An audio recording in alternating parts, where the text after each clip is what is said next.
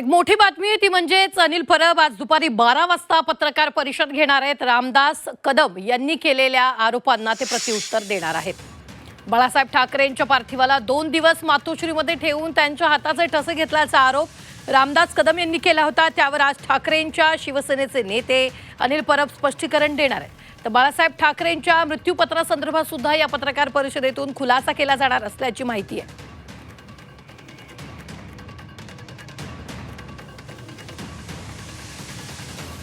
तर याच संदर्भात ताजे अपडेट देत आहेत आपले प्रतिनिधी कृष्णात पाटील। कृष्णात, एकूणच जर आपण पाहिलं तर अनिल परब 12 वाजता पत्रकार परिषद घेणार आहेत आणि रामदास कदमांनी केलेल्या आरोपांना ते उत्तर देणार आहेत।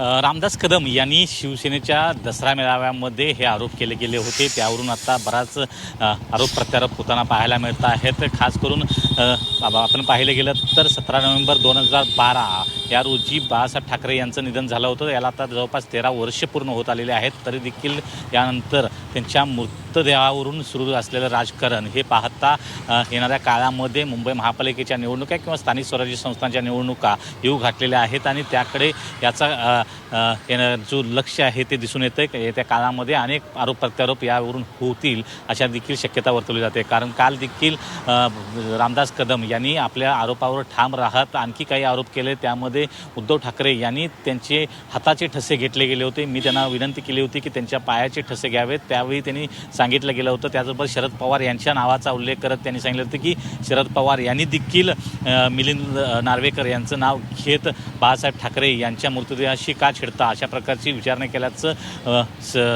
आरोप जो आहे किंवा तशा प्रकारची माहिती ही रामदास कदम यांनी दिलेली आहे। आणि या आरोपांना सर्व प्रत्युत्तर देण्यासाठी आज शिवसेनेचे नेते आणि प्रवक्ते अनिल परब हे दुपारी 12 वाजता पत्रकार परिषद घेणार आहेत। कारण ज्या प्रकारे त्यांचे मृत्यूपत्र आहे ते तयार करण्यामध्ये अनिल परब यांचा हात आहे अशा प्रकारचे एक अप्रत्यक्षरित्या रामदास कदम यांनी आरोप केले गेलेले आहेत। त्यांना उत्तर देण्यासाठी अनिल परब हे पत्रकार परिषद घेत आहेत। परंतु एकंदरीतच शिवसेना फुटल्यानंतर ज्या प्रकारचा आरोप प्रत्यारोप सुरू झालेले आहेत, अगदी बाळासाहेब ठाकरे यांच्या मृतदेहापर्यंत हे आरोप झालेले पाहायला मिळतात। थेट त्यांनी उद्धव ठाकरे यांना आरोपीच्या कटघऱ्यात उभं केलेलं पाहायला मिळतं आणि त्यामुळं उद्धव ठाकरे यांनी या संदर्भात बोलावं, त्याच्यापेक्षा त्यांनी येऊन पुढं खुलासा करावा की 2 दिवस हा मृतदेह का ठेवण्यात आला होता अशा प्रकारचे एक रामदास कदम यांनी अशा प्रकारे आरोप केल्यानंतर आता शिवसेना ठाकरे गटाकडून याचे प्रत्युत्तर काय दिलं जातं ते पाहणं अधिक महत्त्वाचं असणार आहे। निश्चित। अगदी कृष्णात, धन्यवाद ताजे अपडेट देण्यासाठी। आम्ही वेळोवेळी तुमच्याकडून या संदर्भातले ताजे अपडेट घेत राहणार आहोत।